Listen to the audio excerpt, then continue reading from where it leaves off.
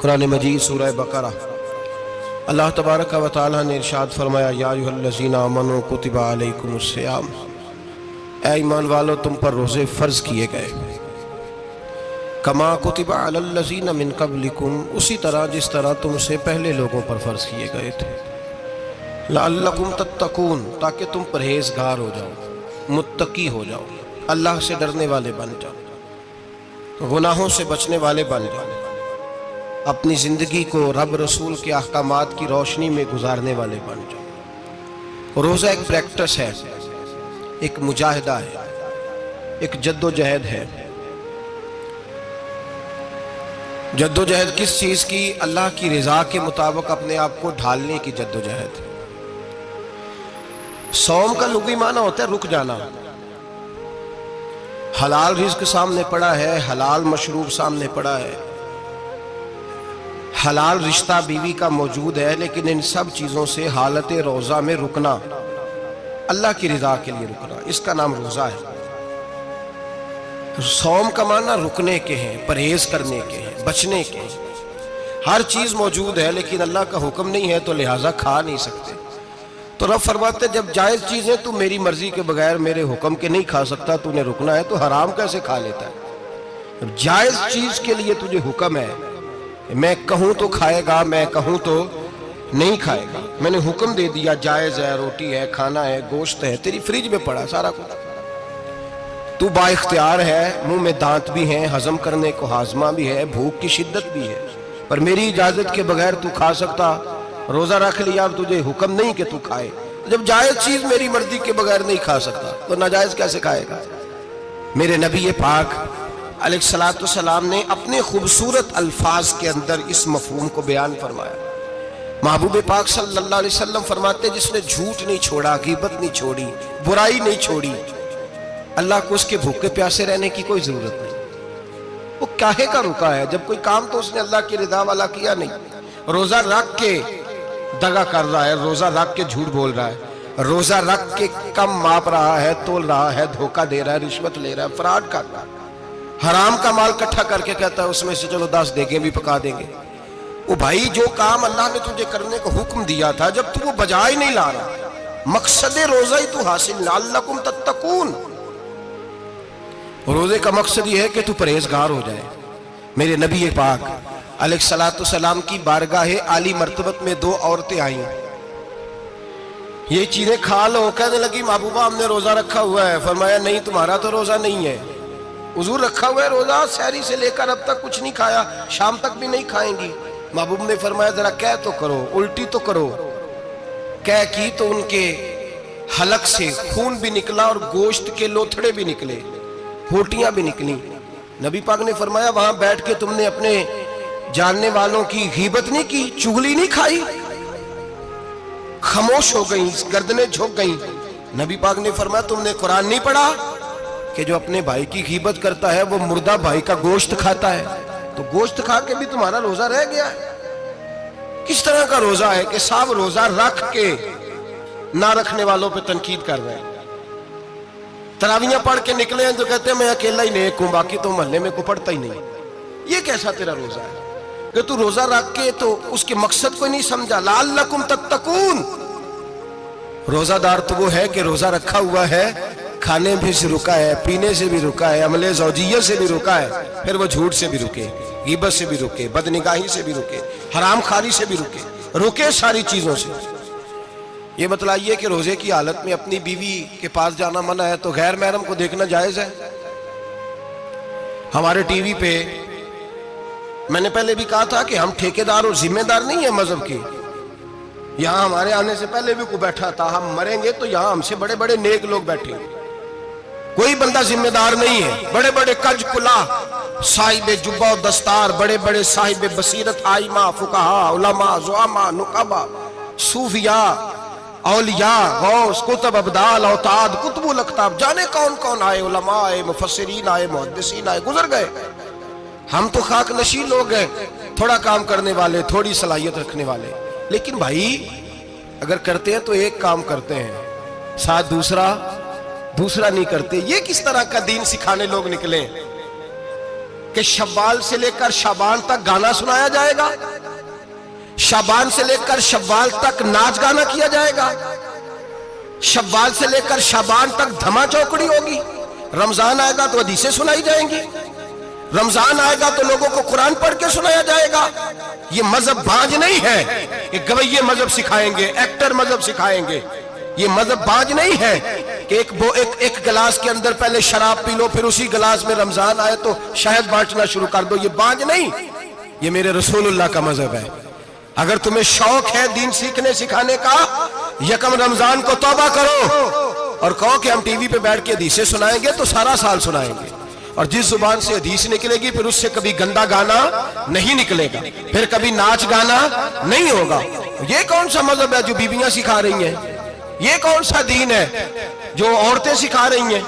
میرے رسول پاک صلی اللہ تعالیٰ علیہ وآلہ وسلم کا وہ مذہب ہے کہ میرے اعلیٰ حضرت فاضل بریلوی رحمت اللہ علیہ نے فرمایا مرد کے لیے جائز نہیں کہ وہ عورت کی زبان سے میلاد بھی سنے، نعت بھی سنے، مرد کے لیے جائز نہیں، مرد کو مرد سکھائے گا، عورت سکھائے گی تو عورتوں کو سکھائے گی۔ بے شک آپ سویرے فتویٰ دیجئے کہ چھوٹی سی مسجد میں بیٹھ کے، چھوٹے سے کونے میں بیٹھ کے چھوٹا سا مولوی، اور وہاں تو اتنے بڑے مفتی ٹی وی پہ بیٹھے ہوئے ہیں، وہ غلط ہے تو صحیح ہے کیسے ہو گئے؟ سنو، میرے نبی پاک علیہ السلام کے مذہب کا حسن یہ ہے کہ اسلام کہتا ہے ایک نظر بی بی کو دیکھا کسی نے غلطی سے تو معافی ہو جائے گی، دوسری نظر شہوت سے دیکھا تو حرام ہے اس کے لیے، وہ پاکستان کا مولوی ہو یا سعودی عرب کا شاہ ہو، کسی کے لیے عورتوں کے بیچ پھرنا اٹھنا بیٹھنا جائز ہے؟ میرے نبی پاک صلی اللہ تعالیٰ علیہ وسلم نے فرمایا ہے میں عورتوں سے مصافحہ کرنے نہیں آیا، اور میرے نبی پاک صلی اللہ علیہ وسلم نے فرمایا ہے، حضور فرماتے ہیں لیکن نا کتا بالکل ناپاک نہیں ہوتا، کتے کا تھوک ناپاک ہوتا ہے یا کتا گیلا ہو جائے تو ناپاک ہوتا ہے، لیکن خنزیر سارا ناپاک ہوتا ہے، کل ناپاک ہے خنزیر۔ نبی پاک نے فرمایا خنزیر بھی ہو اور گند میں لتھڑا ہوا بھی ہو، پیشاب میں لتھڑا ہوا ہو، گوبر میں لتھڑا ہوا ہو، پخانے اور فضلے میں لتھڑا ہوا خنزیر ہو، اس کا جسم تیرے ساتھ ٹکرا جائے تو اتنا برا نہیں جتنا غیر محرم عورت کا وجود تیرے ساتھ ٹکرا جائے تو برا ہے۔ اس حد تک میرے نبی پاک صلی اللہ علیہ وسلم، اور گنبد کے معاملے میں فتویٰ دینے والے، یا رسول اللہ کہنے پر کفر کا فتویٰ دینے والے اور بڑی بڑی باتیں کرنے والے خاموش کیوں ہو گئے؟ یا ایھا الذین آمنوا لا تتخذوا اليہود والنصارى اولیاء، رب فرماتا ہے یہودیوں اور عیسائیوں کو دوست نہ بناؤ، یہ تمہارے دوست ہو سکتے، یہ تمہارے سجن ہو سکتے؟ جب عرش کا مالک کہہ رہا ہے سجن نہیں ہو سکتے تو دوستی کی بات کیسے بڑھا رہا ہے؟ یا رسول اللہ ہمارے سجن کون ہو سکتے ہیں؟ فرمایا تمہارا دوست وہ ہو سکتا ہے جو محمد عربی کا غلامی کرنے والا ہو، جو رسول اللہ کی نوکری کرنا ہو دوست ہوگا، دوسرا دوست ہو سکتا؟ کوئی ایکٹر مذہب نہیں سکھائے گا، کوئی گویہ مذہب نہیں سکھائے گا۔ حضرت جناب سیدنا جنید بغدادی، بغداد کے پیر سے کسی نے پوچھا تھا آج سے 1100-1200 سال پہلے، وہ تو زمانہ ویسے نیکی اور پرہیزگاری کا تھا، کہا بابا جی مرد اور عورت نیک ہو، بغیر پردے کے، بغیر حجاب کے، بغیر دیوار کے بیٹھ کر ایک دوسرے کو دین سکھا سکتے؟ حضرت صاحب بتائیے، مرد اور عورت نیک ہو تو بغیر پردے اور حجاب کے ایک دوسرے کو دین سکھا سکتے ہیں؟ تو حضرت جنید بغدادی فرمانے لگے سکھانے والا حسن بصری ہو اور سیکھنے والی رابعہ بصری ہو تو پھر بھی بغیر پردے کے بیٹھنے کی اجازت نہیں۔ تو مفتی صاحب کو اجازت کس نے دی؟ مولانا صاحب کو اجازت کس نے دی؟ بڑا وہ نہیں ہوتا جو ٹی وی پہ زیادہ آتا ہے، بڑا وہ ہوتا ہے جو رسول اللہ کے دین پہ عمل زیادہ کرتا ہے۔ حضرت عبداللہ ابن مسعود رضی اللہ تعالیٰ عنہ فرماتے ہیں زیادہ باتیں کرنے والا عالم نہیں ہوتا۔ حضور پھر عالم کون ہوتا ہے؟ فرمایا پڑھو قرآن، انما یخشی اللہ من عبادہ العلماء، فرمایا بڑا عالم وہ ہوتا ہے جو اللہ سے زیادہ ڈرتا ہے، اس لیے کہ رب فرماتا ہے میرے بندوں میں سے جو عالم وہ ہیں جو اللہ سے زیادہ ڈرتے ہیں، خوف رکھتے ہیں۔ تو میرے بھائی رمضان المبارک میں بچنا ہے، پرہیز کا وقت ہے، تو کوئی شخص بھی کوئی شو نہ دیکھے، میری منت ہے آپ حضرات، کوئی شو نہ دیکھے۔ عورت کا تو پردہ ہے تو ہمیں تو تماشے پہ لگا دیا گیا، عجیب قسم کے ایکٹر آ گئے اور مذہب سکھا رہے ہیں۔ میری اپیل ہے آپ سے کہ سحری افطاری کے وقت ٹیلی ویژن بند رکھیں، کیا چیز کھول کے رکھیں؟ یا قرآن کھول کے رکھیں یا رسول اللہ کا فرمان کھول کے رکھیں، اللہ رسول کی طرف توجہ رکھیں، وہ سیکھنے سکھانے کا وقت ہے۔ چھوڑیں گویوں سے دین سیکھا جائے گا، ہمیں کوئی شکوہ نہیں، یہ پکی توبہ کریں، سویرے آئیں، آئیں آ کے دین سکھائیں، اور میں ان سے بھی اپیل کروں گا کہ آؤ دین سکھاؤ۔ حضرت فضیل بن عیاض فرماتے ہیں میں ڈاکو تھا، کبھی کبھی چھپ چھپا کے جمعہ پڑھا کرتا تھا، پھر میں نے توبہ کی تو سچی توبہ کی، پھر میں نے توبہ کی تو رب کو راضی کرنے والی توبہ کی، پھر میں نے توبہ کی تو چھوڑی ہر شے، غریبوں کا لوٹا ہوا مال واپس کیا، جس کے پیسے نہ دے سکا اس کے گھر میں جا کے اس کی بھینسوں کو چارہ ڈالا، اس کے اونٹوں کی خدمت کی، میں نے قرضے چکائے۔ فرمایا میں سچی توبہ کر کے مسجد آیا، جس خطیب کے پیچھے میں جمعہ پڑھا کرتا تھا وہ میرے ہاتھ پہ بیعت کر کے مرید ہو گیا۔ اللہ تبارک و تعالیٰ نے اپنے بندوں کے دل میری طرف پھیر دیے، پھر تمہیں اس میں انعام دینے کی ضرورت نہیں پڑے گی، پھر تم کٹیا نشین بن کے بھی دین پھیلاؤ گے تو اللہ اس میں تاثیر پیدا فرما دے گا۔ تو روزے کا معنی رکنا ہے، روزے کا معنی بولیے، روزے کا معنی رکنا، کس سے؟ جھوٹ سے، غیبت سے، بدی سے، بدنگاہی، کھانے پینے۔ روزہ کس پہ فرض ہے؟ امیروں پہ کہ غریبوں پہ؟ جی کہنے میں تے کام ہی، میرا تو کام ہی محنت مزدوری والا، میں کیسے روزہ رکھوں؟ میں تو دیہاڑی لگاتا ہوں تو روزہ کیسے رکھوں؟ میں نے نہیں کسی حدیث میں پڑھا کہ روزہ وہ رکھے جو دفتر میں بیٹھتا ہے۔ صحابہ کے زمانے میں تو دفتر ہوتے ہی نہیں تھے، کسی جگہ نہیں لکھا ہوا روزہ وہ رکھے گا جو اے سی میں بیٹھتا ہے، تب تو اے سی تھے ہی نہیں۔ حضرت ابوبکر صدیق رضی اللہ تعالیٰ عنہ سے لے کر جناب بلال تک سارے اپنے ہاتھ سے کام کرتے، سارے اپنے ہاتھ سے کام کرتے، سارے۔ حضرت عمر فاروق رضی اللہ تعالیٰ عنہ خلیفہ وقت ہونے کے باوجود مال غنیمت کے اونٹ چرنے جاتے تھے تو چراگاہ میں چھوڑنے میں جاتے تھے، لینے بھی آتے تھے واپس۔ سارے لوگ اپنے ہاتھوں سے مشقت والے کام کرتے، حضرت بلال مزدوری کرتے، سلمان فارسی مزدوری کرتے، مقداد مزدوری کرتے، صحابہ مزدوریاں کرتے، روزے رکھتے، اور رمضان کے جانے کا وقت ہوتا تو در رسول پہ کھڑے ہو کے عرض کرتے محبوبہ دل نہیں بھرا، دل کرتا ہے کبھی رب سارا سال ہی روزے عطا کرے، سارا سال رمضان دے تو ہم سارا سال روزے رکھنے کو تیار ہیں۔ جذبہ تھا، طاقت تھی، ہمت تھی۔ آج نوجوان لڑکا ہے کہتا ہے مجھ سے بھوک برداشت نہیں ہوتی۔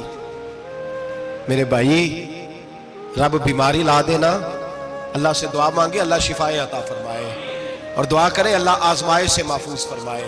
آپ یقین کریں میں نے لوگوں کو دیکھا ہے حلق سے قطرہ نہیں اترتا، خوراک کی نالی لگی ہوئی ہے، اعلیٰ غذائیں پکی ہوئی پڑی ہیں، عرش کا مالک کہتا ہے میں تیرے حلق سے گزرنے نہیں دوں گا، قانون بن گیا۔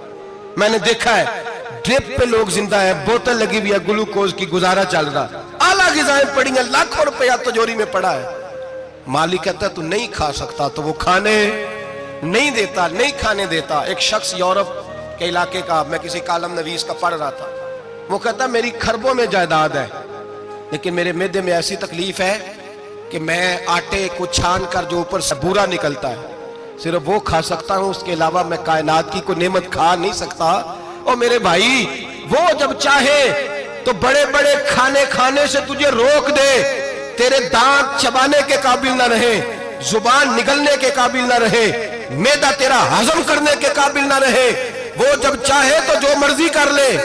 وہ کہتا چل تو میری مرضی پہ چلنا، ایک مہینہ میرے کہنے پہ نہ کھا، ایک مہینہ میرے کہنے پہ نہ کھا تو یا اللہ تو کیا کرے گا؟ فرمایا صوم تصحو، میرے نبی پاک نے فرمایا تم روزے رکھو اللہ تمہیں صحت عطا فرما دے گا، اللہ تندرستیاں دے دے گا، شفائیں دے دے گا۔ تم روزے رکھو اللہ تمہیں، سبحان اللہ، اللہ تمہیں، اللہ طاقت دیتا ہے، ہمت دیتا ہے، اللہ ہمت دیتا ہے۔ میں نے دیکھا ہے، میں نے بزرگوں کو دیکھا ہے، ضعیف لوگوں کو دیکھا ہے، کمزور لوگوں کو دیکھا ہے، میں نے دیکھا ہے روزے رکھتے ہوئے، مزدوروں کو دیکھا ہے روزے رکھتے ہوئے۔ میں اپنے ابا جی کو کہتا ابا جی اتنی سخت گرمی اور مزدوری آپ کرتے اور مزدوری کے عالم میں روزہ رکھتے تو کہتے پتر روزہ کی آندا ہے، روزہ کدوں کو جاندہ ہے، روزہ اپنی جگہ تے مزدوری اپنی جگہ ہوتے۔ اور کئی دفعہ میں نے فرمان لگے میں نے یار سمجھ کوئی نہیں لگ دی، پتہ نہیں روزیاں چ اللہ طاقت کتوں دے چھڑ دے نہیں زیادہ، کام بھی زیادہ کرید ہے تے روزہ بھی رکھ۔ بھائی صوم تصحو میرے مصطفیٰ نے فرمایا تو روزہ رکھ اللہ تجھے صحت عطا فرما دے گا۔ رب تعالیٰ تجھے، یہاں ہوٹل کھلے ہوئے ہیں، یہاں عجیب حالات ہیں، ہوٹل کھلے ہوئے ہیں، لوگ بہانے ڈھونڈتے پھرتے ہیں، کہتے ہیں کٹ لگ گیا تھا ذرا، تھوڑا سا خون نکل آیا، سنی پلاس لگائی ہے تو روزہ نہیں رکھا، یہ ذرا مجھے تھوڑی دقت ہو گیا تو میں نے روزہ نہیں رکھا، کھانسی لگ گئی ہے تو روزہ نہیں رکھا۔ او خدا کے بندے، روزہ تو نعمت ہے۔ اور سبحان اللہ میرے نبی پاک نے فرمایا لکل شیء زکات و زکات الجسد الصوم، فرمایا ہر شے کی زکات ہوتی ہے، وجود کی زکات روزہ ہے، روزے رکھو جسم کی زکات نکل جائے گی۔ فاقہ کرنا بھی میرے نبی پاک کی سنت ہے، مسواک کرنا بھی سنت ہے اور فاقہ کرنا بھی. مسواک والی سنت زیادہ اپناتے ہیں لوگ, فاقہ کرنا بھی نبی پاک کی سنت ہے. ایک صاحب مجھے کہنے لگے جناب بیٹھ کے کھانا حضور کی سنت ہے. میں نے کہا کبھی کبھی نہ کھانا بھی نبی پاک کی سنت ہے, نہ کھانا بھی حضور کی سنت ہے. اور ہمارے فقہاء نے لکھا ہے جو روٹی زیادہ کھاتا ہے اس میں دو باتیں پیدا ہو جاتی ہیں. کیا کیا؟ ایک بولتا زیادہ ہے, دوسرا سوتا زیادہ ہے, غافل ہو جاتا ہے. فقہ اور حکیم اطباء ڈاکٹر کہتے ہیں کہ پیٹ خالی رہے نا جس آدمی کا, اس کا حافظہ مضبوط ہوتا ہے, اس کے ذہن کی گرہ کھلتی ہے. زیادہ کھانے سے تو خماری چڑھتی ہے دماغ, ڈھونڈتے پھرنا روٹی کدھر سے آج اچھی ہے, گھر میں نہیں پکی تو ہوٹل چلے جانا, کھانے کے سوا اور کام ہی کوئی نہیں. اور صاحب میرے نبی پاک علیہ السلام نے فرمایا کافر 7 آنتوں سے کھاتا ہے, 7 آنتوں سے, اور فرمایا میرا مومن 1 آنت سے کھاتا ہے. اس کے وجود میں کھانے والی 1 آنت ہے, کافر 7 آنتوں سے کھاتا ہے. فاقہ کشی سے نورانیت پیدا ہوتا ہے, کم کھانا. دیکھیں نا نبی پاک صلی اللہ علیہ وسلم نے اللہ سے فاقہ مانگ کے لیا ہے, یا اللہ 1 وقت روٹی دے 1 وقت کا فاقہ دے, مانگ کے لیا نبی پاک, مانگ کے. حضرت ابو ہریرہ رضی اللہ تعالیٰ عنہ فرماتے ہیں بھوک زیادہ لگتی تھی نا جب مجھے, تو میں حضرت عمر سے, ابو بکر سے, عثمان, مولا علی سے کوئی مسئلہ پوچھ لیتا تھا, اور جب میں مسئلہ پوچھتا تھا تو وہ مجھے روٹی کھلا دیتے تھے. جب میں ان سے مسئلہ پوچھتا تو وہ مجھے, حضرت ابو ہریرہ فرماتے ہیں مجھے بھوک لگی, میں حضرت عمر کے پاس گیا, ان سے مسئلہ پوچھا. ان کا رواج تھا جب میں مسئلہ پوچھتا تو پہلے روٹی کھلاتے. ہمارے بزرگ یہ فرماتے ہیں کہ کھانے کھلا کے دین پڑھاؤ. صرف تمہارا کتب خانہ نہیں کھلا ہونا چاہیے, تمہارا دسترخوان بھی کھلا ہونا چاہیے. کسی نے نبی پاک صلی اللہ علیہ وسلم سے پوچھا تھا بہترین مسلمان کون ہے؟ حضور نے فرمایا جو سلام لینے میں پہل کرے اور روٹی زیادہ کھلائے, جو روٹی ہر وقت فکر کرے آ یار تو روٹی کھا لے, روٹی کھانے کی طرف توجہ دلائے. کھلانا سنت ہے, زیادہ کھانا اس میں بھی فرق رکھیں. تو نبی پاک صلی اللہ علیہ وسلم کے صحابی حضرت ابو ہریرہ رضی اللہ تعالیٰ عنہ فرماتے ہیں میں نے حضرت عمر سے مسئلہ پوچھا, میں نے کہا حضور مسئلہ بتائیں, تو کہتے پہلے ان کی عادت تھی جب میں مسئلہ پوچھتا تو روٹی بھی کھلاتے, آج انہوں نے مسئلہ ہی بتایا ہے, روٹی کوئی نہیں کھلائی. تو مجھے کہنے لگے ابو ہریرہ تو سوچتا ہوگا روٹی نہیں اس نے پوچھی, تو نے کب سے کھانا نہیں کھایا؟ میں نے کہا آج صبح سے. تو جناب عمر کہنے لگے میں نے کل صبح سے نہیں کھایا. چل ابو بکر صدیق کے گھر مسئلہ پوچھتے ہیں. کہتے جناب صدیق اکبر کے دروازے پہ گئے, جا کر کے ان سے مسئلہ پوچھا. ان کی بھی عادت تھی جب کوئی مسئلہ پوچھنے جاتے تو دسترخوان بچھا لیتے, کہتے آؤ روٹی بھی کھلاتا ہوں مسئلے بھی بتاتا ہوں. کہتے ہیں گئے تو انہوں نے بھی مسئلہ بتایا, روٹی کوئی نہ پوچھی. تو کہنے لگے عمر ابو ہریرہ تم لوگوں نے کل پرسوں سے نہیں نہ کھایا ہوگا. اور ابو بکر کو 4 دن گزر گئے ہیں, تھوڑا سا دودھ ملا ہے یا کھجور ملی ہے, روٹی کوئی نہیں ملی.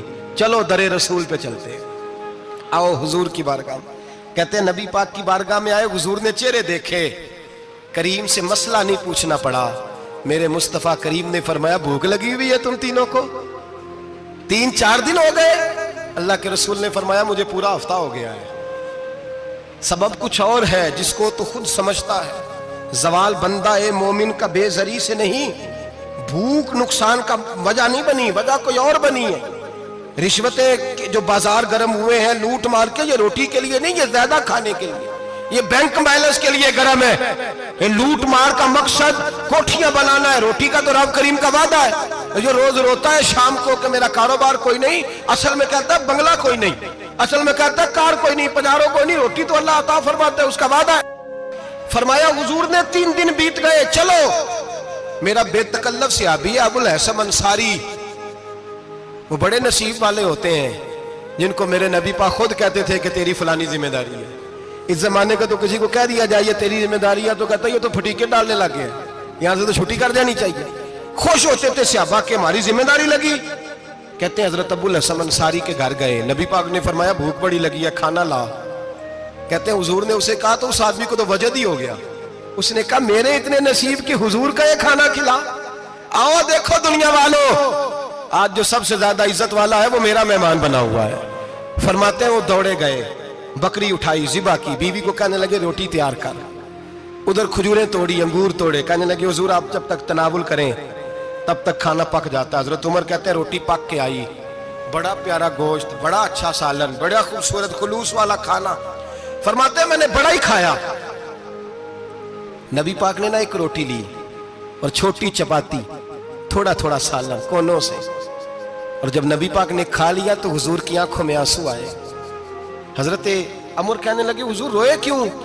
نبی پاک نے فرمایا سوچتا ہوں 7 دن کے فاقے کے بعد کھایا ہے، پر ڈرتا ہوں رب اس کا حساب پوچھے گا تو جواب کیسے دینا ہے؟ اس کا حساب بھی تو دینا ہے نا جو کھایا ہے۔ تو حضرت عمر فاروق کے ہاتھ میں کچھ چیز تھی، زور سے زمین پہ ماری، کہا محبوبہ 7 دن کے بعد بھی روٹی کھائے تو حساب دینا ہے؟ نبی پاک فرمانے لگے عمر وہ مالک ہے نا، تو جب دیتا ہے تو حساب نہیں لے سکتا؟ حساب تو دینا ہے، حساب تو دینا ہے، تیاری رکھو۔ صحابہ کرام فرماتے ہیں ہم نے ارادہ کیا کہ آج کے بعد ہم پھر فاقے کریں گے، کم کھائیں گے، اس لیے کہ حساب دینا ہے۔ میرے بھائی وہ فاقہ کشی کرتے تھے، ڈرتے تھے۔ یہاں تو لوگ کھا کے بیمار ہیں، کھاتے جا رہے ہیں، سوتے جا رہے ہیں، کھاتے جا رہے ہیں، سوتے جا رہے ہیں۔ یہ بھی وقت آئے گا رمضان شریف کا، سویرے درس پہ آؤ کہتے نیند بڑی آتی ہے، سویرے 2 سپارے پڑھ کے سویا کرو کہتے صاحب نیند بڑی آتی ہے، فجر کے بعد ہی تو وقت ہوتا ہے اللہ اللہ کرنے کا، سحری کا، کھاتے جا رہے ہیں، سوتے۔ لوگ جماعت سے نماز نہیں پڑھتے سو جاتے، جماعت کا ثواب چھوڑ کے سو جائیں گے۔ بھائی رمضان مبارک میں فاقہ کشی کی ٹریننگ ہوتی ہے، فاقہ کشی کی تربیت لے، رمضان میں روکے اپنے آپ کو، تربیت ہوگی۔ اور ہمارے صوفیاء فرماتے ہیں جو زیادہ کھاتا ہے اس کا نفس اس کو زیادہ پہ مائل کرتا ہے، خواہشات نفس پیدا ہوتی ہیں۔ میرے نبی پاک علیہ السلام نے جوانوں کو حکم دیا ہے، یا معاشر الشباب، او جوانوں، یا رسول اللہ کیا حکم ہے؟ فرمایا یا نکاح کر لو اگر طاقت ہے، نہیں طاقت تو روزے رکھو۔ حضور روزے سے کیا ہوگا؟ فرمایا تمہارا نفس کچلا جائے گا، شیطان وسوسہ اندوزی نہیں کرے گا۔ آج نوجوان بڑھ بڑھ کے کھاتا ہے، بہت زیادہ کھاتا ہے، کبھی اس ہوٹل سے کھاتا ہے، کبھی اس ہوٹل سے کھاتا ہے۔ اتنا زیادہ کھائیں گے تو نفسانی قوتیں اچھل کر کے آئیں گی، مشکل ہو جائے۔ شادیاں دیر سے ہوتی ہیں، ماں باپ آنکھیں بند کر کے بیٹھے ہوئے ہیں۔ اگر ماں باپ کی ذمہ داری ہو اور ماں باپ نکاح نہ کرے تو نبی پاک نے فرمایا بچے گناہ کریں گے تو جتنا گناہ بچے کو اتنا باپ کو بھی ہوگا۔ تو ماں باپ چپ ہیں، دوسرا شادی مشکل بڑی ہے، مہنگی بڑی، اور تیسرا نہیں کر رہے کچھ لوگ تو روزے بھی نہیں رکھ رہے۔ تو رمضان ان کے لیے بھی وقت ہے، نفسانی قوتیں کچلی جائیں گی، کھانا جتنا کم کھایا جائے گا اتنا وجود کے اندر نفسانی خواہشات کم پیدا ہوں۔ تو رمضان تو پریکٹس ہے مجاہدے کی، دین کی۔ اور دوسرا میرے حبیب پاک صلی اللہ علیہ وسلم نے فرمایا ہے، حضور فرماتے ہیں کہ رمضان اور قرآن کا آپس میں رشتہ ہے۔ قرآن پاک کتنا پڑھنا چاہیے روزانہ؟ زیادہ سے اللہ جزا دے، امید ہے آپ زیادہ سے زیادہ ہی پڑھتے ہوں گے۔ بھائی سنیں، حدیث مبارکہ میں نبی پاک نے فرمایا رمضان اور قرآن دونوں مل کے نا، بڑی پیاری حدیث ہے، فرمایا دونوں مل کے اللہ کی بارگاہ میں میری امت کی سفارش کریں گے، رمضان اور اللہ اکبر۔ کس طرح؟ نبی پاک فرماتے ہیں رمضان کہے گا اے اللہ دن کے وقت میں نے اسے تیری رضا کے لیے کھانے پینے سے باز رکھا، اور قرآن کہے گا یا اللہ رات کو تیری رضا کے لیے کھڑا ہو کے یہ قرآن سنتا تھا۔ رمضان اور قرآن دونوں سفارش کریں گے۔ ہم نا بڑا کچھ پڑھتے ہیں، سنتے ہیں، سیکھتے ہیں، اب یقین کریں یہ کھاتے بھائی کا بھائی سے اختلاف ہو جانا تو وہ 30 سال پرانے کھاتے کھول کے لے آتا ہے، ساری رات ڈھونڈتا ہے کہ میرے پیسے کہاں سے نکلتے ہیں، پڑھ لیتا ہے۔ قرآن پاک کی باری آتی ہے تو نہیں پڑھتے قرآن پاک۔ ابا جی کا ختم ہوتا ہے تو مانگتے پھرتے ہیں، کہتے 2 قرآن پاک 10 قرآن پاک۔ یہ باتیں بتانی نہیں چاہیے، کرنی نہیں چاہیے، لیکن چونکہ تربیت کے لیے بیٹھا ہوں تو کر دیتا ہوں۔ میرے شاگردوں سے پوچھیں، یہاں مدرسہ ہے الحمدللہ، درجنوں طلباء ہیں، اساتذہ ہیں، میرے پیر بھائی ہیں، اور میرا یہ دعویٰ ہے کہ شاید کوئی کسی سے اتنا پیار کرتا ہو جتنے میرے شاگرد اور مرید مجھ سے کرتے ہیں، لیکن میں نے کبھی کسی سے نہیں کہا کہ ذرا سورت فاتحہ پڑھ کے دینا، میں نے اپنے ابا جی کو ثواب دینا ہے۔ پوچھ لیں کسی سے نہیں کبھی کہا، کبھی نہیں میں نے کہا کہ ذرا مجھے تھوڑا سا قرآن پڑھ دیں۔ میں اس کو ناجائز نہیں کہتا، پڑھوانا چاہیے، لیکن میں اپنے والدین کے لیے کبھی سوال نہیں کرتا کہ مجھے ذرا پڑھ کے دو، میں نے بخشنا ہے، اس لیے کہ میں نے ذاتی طور پہ روٹین بنائی ہے۔ میں سمجھتا ہوں کہ کائنات کے اندر میرے اوپر جن لوگوں نے احسان کیے ان میں سب سے زیادہ حصہ میرے ماں باپ کا ہے۔ میں سمجھتا ہوں اس بات، کتنا نالائق ہوں میں کہ میں 1 مہینے میں ایک قرآن پاک بھی پڑھ کے ان کی روح کو احسان نہیں کر سکتا۔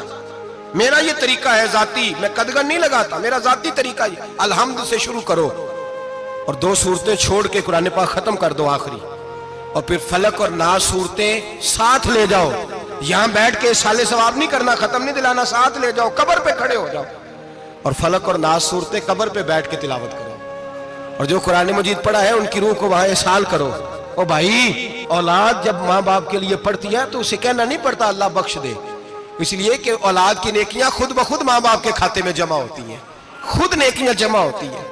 میرے بھائی تو بچوں سے یہ تو مطالبہ کرتا ہے کہ بیٹا اس سال رمضان المبارک میں میرے لیے ستو ضرور بنانا، فلانی چٹنی ضرور تیار کرنا، یہ کیوں نہیں کہتا بیوی سے کہ ڈشیں کم بنانا، تو بھی بیٹھ کے قرآن پاک پڑھ، میں بھی قرآن پاک پڑھتا ہوں، ادھر آؤ بیٹا یہاں بیٹھ کے تلاوت کرو، میں بھی کرتا ہوں، بیٹی ادھر آؤ بیٹھ کے قرآن پاک پڑھو۔ کتنا وقت لگتا ہے؟ حافظ اور قاری اور علماء اگر پڑھے تو 20-25 منٹ لگتے ہیں قرآن پاک کا سپارہ پڑھنے، اور اٹک اٹک کے پڑھنے والا بھی پڑھے تو 1 گھنٹہ لگ جائے گا۔ اور میرے نبی پاک صلی اللہ علیہ وسلم نے فرمایا جو قرآن پڑھتے ہوئے اٹکتا ہے اللہ اسے ڈبل ثواب عطا فرماتا ہے۔ فرمایا جو زبانی پڑھے سنگل ثواب، جو دیکھ کے پڑھے اسے ڈبل ثواب۔ حضور کیوں؟ فرمایا اس لیے کہ میرا قرآن دیکھنے پہ بھی اللہ ثواب عطا فرماتا ہے، قرآن دیکھنے پہ بھی اللہ ثواب دیتا ہے، دیکھنے کا بھی ثواب۔ رمضان شریف میں قرآن پاک پڑھے، کھل کے پڑھے۔ اور میرے بھائی اگر تیرا بچہ پڑھے، اگر تیری بیٹی پڑھے، کائنات کا خوش نصیب باپ وہ ہے کہ بیٹا قرآن پڑھے، چاہے ناظرہ ہی پڑھے، جس کی بیٹی پڑھے۔ زندگی میں انہیں اس کام پہ لگا جاؤ، مرنے کے بعد بھی پڑھیں گے۔ امام جلال الدین سیوطی شافعی رحمت اللہ علیہ فرماتے ہیں حضرت عیسیٰ قبر کے پاس سے گزرے، قبر پہ عذاب ہو رہا تھا، اللہ کا غضب برس رہا تھا، جناب عیسیٰ استغفار پڑھتے ڈرتے گزر گئے۔ تھوڑی دیر کے بعد، چند گھنٹوں کے بعد گزرے تو اسی قبر پہ پھول کھلے ہوئے تھے، رحمت برس رہی تھی۔ حضرت عیسیٰ علیہ السلام عرض کرنے لگے مولا تو بے نیاز ہے، میری طاقت نہیں تیرے کاموں میں بولنے کی، پر ابھی تو یہاں عذاب ہو رہا تھا، ابھی رحمت برس رہی ہے۔ جناب عیسیٰ کہتے ہیں آواز خدا بندی آئی، عیسیٰ بندہ بڑا گناہگار تھا، پاپی تھا، مجرم تھا، خطا کار تھا، لیکن جب اس کا انتقال ہوا، اس کی بیوی حاملہ تھی، اس کے پیٹ میں بچہ تھا، بچہ اس کے انتقال کے بعد پیدا ہوا، آج وہ 4-4.5 سال کا ہوا ہے، مکتب میں گیا ہے، مدرسہ میں گیا ہے، استاد نے بسم اللہ شریف پڑھائی ہے، فرمایا اس نے توتلی زبان سے کہا ہے بسم اللہ الرحمن الرحیم، کہ عیسیٰ مجھے بتلا اس زمین پر وہ معصوم جسے ابھی رحمان اور رحیم کہنا نہیں آتا، وہ توتلی زبان سے مجھے رحمان اور رحیم کہے اور میں اسی زمین پہ اس کے باپ کو عذاب دوں؟ فرمایا اس نے ایک بار رحمان اور رحیم کہا ہے، میں نے اس کی باپ کی قبر کو نور سے معمور فرما دیا ہے، نور سے بھر دی ہے قبر، برکت سے بھر دی ہے۔ اللہ کرے میرے بیٹے بھی قرآن پڑھیں، اللہ کرے میری بیٹیاں بھی قرآن پڑھیں، اللہ کرے ہم سب کی اولادیں قرآن پاک پڑھیں۔ لیکن نا امام اعظم ابو حنیفہ رمضان میں 61 قرآن پاک پڑھتے تھے۔ کتنے؟ 60 ٹیک، اللہ اکبر۔ ایک قرآن پاک دن میں پڑھتے پورا، ایک رات کو پڑھتے، ایک تراویح میں پڑھتے، 61 قرآن پاک امام صاحب پڑھتے۔ آپ فرماتے ہیں میں نے چھوڑ دیے سارے وظیفے، میں صرف رسول اللہ کا قرآن پڑھتا ہوں، رمضان سارا قرآن پاک، سارا رمضان۔ اب تو عادت ہی نہیں رہی ہمیں قرآن پاک کی، اگر لوگ ناراض نہ ہوں تو محفل نعت ہوتی ہے تو تلاوتیں کتنی ہوتی ہیں، اور نعتیں ہم نے ذوق ہی نہیں بنایا، ذوق ہی نہیں بنایا ہم نے تلاوت قرآن کا، اس لیے کہ قراء علماء فقراء ان کو ہم تیار ہی نہیں کر رہے، ہم تو ایکٹر پال رہے ہیں جو پیسے لیتے ہیں نعت خوانی کے، معاذ اللہ۔ او میرے بھائی کیا قرآن میرے نبی کی نعت نہیں؟ حضرت عائشہ صدیقہ رضی اللہ تعالیٰ عنہ کے پاس صحابہ گئے، کہنے لگے اماں جی ہمیں نبی پاک کا اخلاق بتلائیں، تو اماں جی کہنے لگی جاؤ جا کے قرآن پاک پڑھو، کالا خلقہ القرآن، سارا قرآن میرے نبی کے اخلاق کا ہی نام ہے، یہ ساری نعت ہے، یہ ساری نعت ہے۔ اس نعت کو سننے لوگ کیوں نہیں آتے؟ اتنا راش میں اپنے نعت میں اتنا تراویح پہ کیوں نہیں ہوتا؟ اور ملت کا جوان یاد رکھے، بوڑھے تراویحاں پڑھتے ہیں، ضعیف تراویحاں پڑھتے ہیں، گھٹنوں میں درد ہے تراویحاں پڑھتے ہیں، بیمار بوڑھے تراویحاں پڑھتے ہیں، جوان وہاں چوک میں کھڑے۔ کیا جوانی اس لیے ہے چوکوں میں کھڑا ہوا جائے؟ کیا جوانی اس لیے ہے کہ سعودی عرب جانے کے لیے پاسپورٹ بنانا ہو تو 2.5 گھنٹے کھڑا رہے، تو شناختی کارڈ کے دفتر تو کھڑا رہے، پروٹیکٹر کے لیے کھڑا رہے، کافروں کے سامنے کاسا لیسی کرنے کے لیے تو کھڑا رہے، تو نوکری پہ جائے تو ساری رات کھڑا رہے، اور تو قرآن کے لیے کھڑا نہیں ہوتا؟ میرے محبوب نے فرمایا من قام ایمانا واحتسابا غفر له ما تقدم من ذنبه، فرمایا جو رمضان المبارک میں اللہ کی رضا کے لیے گناہوں کی معافی کے ارادے سے قیام کرے گا، راتوں کو عبادت کرے گا، اللہ اس کے پچھلے سارے گناہ معاف فرما دے گا۔ نوجوان ارادہ کریں، پروگرام بنائیں کہ انشاءاللہ قرآن پڑھنا بھی ہے، قرآن پڑھوانا بھی ہے، سننا بھی ہے، اور انشاءاللہ بولیے سننا بھی ہے اور پڑھنا بھی ہے اور پڑھانا بھی۔ ہمت کریں، دلیری کریں، آکے کھڑے تو ہو، اللہ توفیق عطا کرے گا۔ پہلی بات یہ کہ روزہ رکھیں، دوسری بات یہ کہ قرآن پاک کی تلاوت کریں، اور روزہ رکھیں تو روزے کے سارے حسن سمیت اسے رکھیں. نبی پاک نے فرمایا رمضان غمخاری کا مہینہ ہے, غمخاری کریں. ہمارے زمانے میں دو قسم کی تکلیفیں ہیں. ایک تو غریب آدمی, اس کا حال یہ ہے کہ وہ مانگتے ہی گزارا کرنا چاہتا ہے. اس نے ہاتھ یوں کر لیا ہے تو اب اس کا یوں ہونے کو تیار نہیں. ضرورت اگر کسی آدمی کو کسی دروازے پہ لے جاتی ہے تو برا نہیں, لیکن سوال کا اپنے اوپر دروازہ کھول لینا یہ ٹھیک نہیں. فاقہ کشی پیدا کریں, حوصلہ پیدا کریں, تھوڑے پہ گزارا کرنا سیکھیں. غریبوں کو بھی اجازت نہیں کہ وہ نکل کھڑے ہوں میدان میں مانگنے کے لیے. ٹولیاں نکلتی ہیں رمضان میں, جتھے نکلتے ہیں خیرات کٹھی کرنے میں. بچیں. میرے نبی پاک صلی اللہ علیہ وسلم نے فرمایا جس نے بغیر ضرورت کے سوال کیا, جب قیامت کے دن آئے گا تو اس کے چہرے کے اوپر گوشت نہیں ہوگا, صرف ڈھانچہ ہی ہوگا. اتنی بھیانک صورت میں آئے, بغیر اشد ضرورت کے سوال نہ کر, کبھی سوال نہ کر.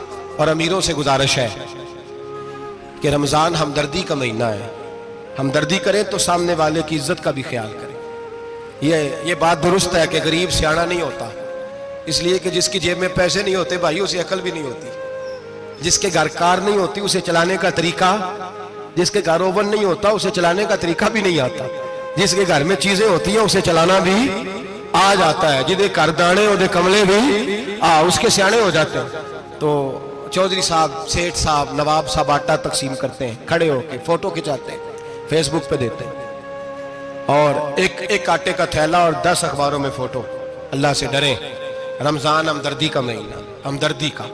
غریب کو دیں تو اس کی عزت کو رسوا نہ کریں. میرے نبی پاک علیہ السلام کے صحابی حضرت عبداللہ ابن عمر رضی اللہ تعالیٰ عنہ ڈھونڈ کے لاتے تھے مسکینوں کو, ڈھونڈ کے, اور جب لاتے تھے تو اپنے دسترخوان پر بٹھا کر اپنے ساتھ افطاری کرایا کرتے. اور پھر فرمایا اللہ تعالیٰ نے لن تنالوا البر حتی تنفقوا مما تحبون, اللہ کے راستے میں وہ چیز دینی ہے جو تمہیں زیادہ پیاری ہو. کون سی چیز جو تمہیں, میں تھوڑا سا بے باک ہوں, بعض دوستوں کے ساتھ, سب کے ساتھ نہیں. ایک دوست مدرسے میں گھی دینے آئے ایک دفعہ, تو وہ والا گھی دے گئے جو سب سے سستا تھا. تو میں نے کہا مجھے دیانتداری سے بچائے, آپ یہی کھاتے ہیں گھر میں؟ کہنے لگے نہیں. تو میں نے کہا پھر ہم نے بچے مارنے کے لیے تو نہیں نہ رکھے ہوئے, کیا وہ والا گھی اللہ کے راستے میں پیاری چیز دے رہی ہے نا, اس لیے گلے گلے نوٹ لوگ مسجد کے گلے میں ڈال جاتے ہیں, پھٹے ہوئے ڈال جاتے ہیں, کہتے ہیں جوڑ دیں گے مولوی صاحب. اور خدا کے بندے پیاری چیز دینی تھی تو نے, اور تو نے اس کا ترجمہ الٹ کر لیا ہے. سمجھ لیں رمضان المبارک میں کسی غریب کی مدد کرنی ہے تو ساتھ اس کی عزت بھی کرنی ہے. نبی پاک علیہ السلام کے دروازے پر جب یہ جملہ ایک ہے لیکن بڑا قیمتی ہے. صحابہ کہتے ہیں جب ہم دروازہ رسول پہ جاتے تھے خیرات بھی ملتی تھی اور عزت بھی ملتی تھی. خود بھیک دے خود ہی کہیں منگتے کا بھلا ہو. خیرات بھی ملتی تھی اور عزت بھی ملتی تھی. نبی پاک ساتھ عزت بھی دیتے تھے, مسکین کو غریب کو دیں اور خیر خائی کریں. جوتے بیچنے والے جوتوں کے ریٹ سستے کریں, کپڑا بیچنے والے کپڑے کا ریٹ, درزی صاحب بھی ریٹ سستا کریں, دکاندار بھی چیزوں کا ریٹ, حکیم صاحب پیسے کم لیں, ڈاکٹر پیسے کم کریں, حکومت نرخوں میں کمی کرے, اور یہ کام اجتماعی طور پہ کریں. میرے نبی پاک نے فرمایا رمضان غمخاری کا مہینہ ہے, اس میں غمخاری کرنی ہے, دوسرے کا خیال کریں, اظہار کریں, قربانی کریں. یہاں ہر چیز کا ریٹ بڑھ جاتا ہے رمضان شریف میں. ہر آدمی کہتا میرا سیزن آ گیا ہے, توجہ بڑھائیں, خیال کریں, غمخاری کا مہینہ ہے. اور پھر آپ لوگوں سے یہ بھی گزارش ہے کہ رمضان المبارک کا جب مہینہ آئے تو جس آدمی کے ساتھ نیکی کرنی ہے وقت پہ کریں. کسی غریب کو پیسے دینے ہیں, کپڑے دینے ہیں تو یکم رمضان کو دیں. میں اکثر دوستوں سے پوچھتا ہوں, میں کہتا ہوں قاری صاحب نو جوڑا کدو دیندے ہو؟ کہندے 27ویں والے دن. میں کہ مینوں لگ گئی سمجھ, تہاڈی سازش ہے کہ جڑے سواں کے پاہ نہ لوے. ایویں مولوی چودھری صاحب دے نال دے کپڑے پا لے تے کتے لکھیا ہے اینوں دینا ہے 27ویں. تسی دسو 27ویں والے دن کو درزی سی کے دیندا ہے, اونوں 3 گنا بھی پیسے دئیے تے کہندا جڑے باقی نے انہاں دے نہیں بٹن پہ لگ دے میرے کولوں, کتھوں جوڑا سی کے. تو کس دن دیتے ہو قاری صاحب کو؟ کیا مقصد ہے؟ پہننے کے لیے دے رہے ہو یا اس لیے دے رہے ہو کہ نہ پہن سکے؟ تو بھائی آپ جب کسی کو کچھ چیز دیں گے تو کب دیں گے؟ جب وہ استعمال کر سکے. غریب کو لوگ فطرانہ دینے جاتے ہیں عید سے 1 دن پہلے, تو کیا کرے گا اس کا؟ نہ تو کپڑے خرید سکا نہ روٹی لا سکا. بلکہ میرے حضرت صاحب فرماتے ہیں رمضان سے پہلے دے دو, رمضان کی نیت کر کے رمضان سے 1-2 دن پہلے دے دو, اللہ رمضان جتنا ثواب ہی عطا فرمائے گا. رمضان سے پہلے دو جس کو کچھ ہے دن, قبل از وقت تیاری کرو. اور میرے قبلہ حضرت صاحب فرمایا کرتے اپنے کپڑے بعد میں, غریب کے بچوں کے کپڑے پہلے, اپنے گھر کی ضروریات بعد میں, غریبوں کی ضروریات, اس لیے کہ اللہ پاک نے ان کا رزق بھی ہمارے گھر بھیج دیا.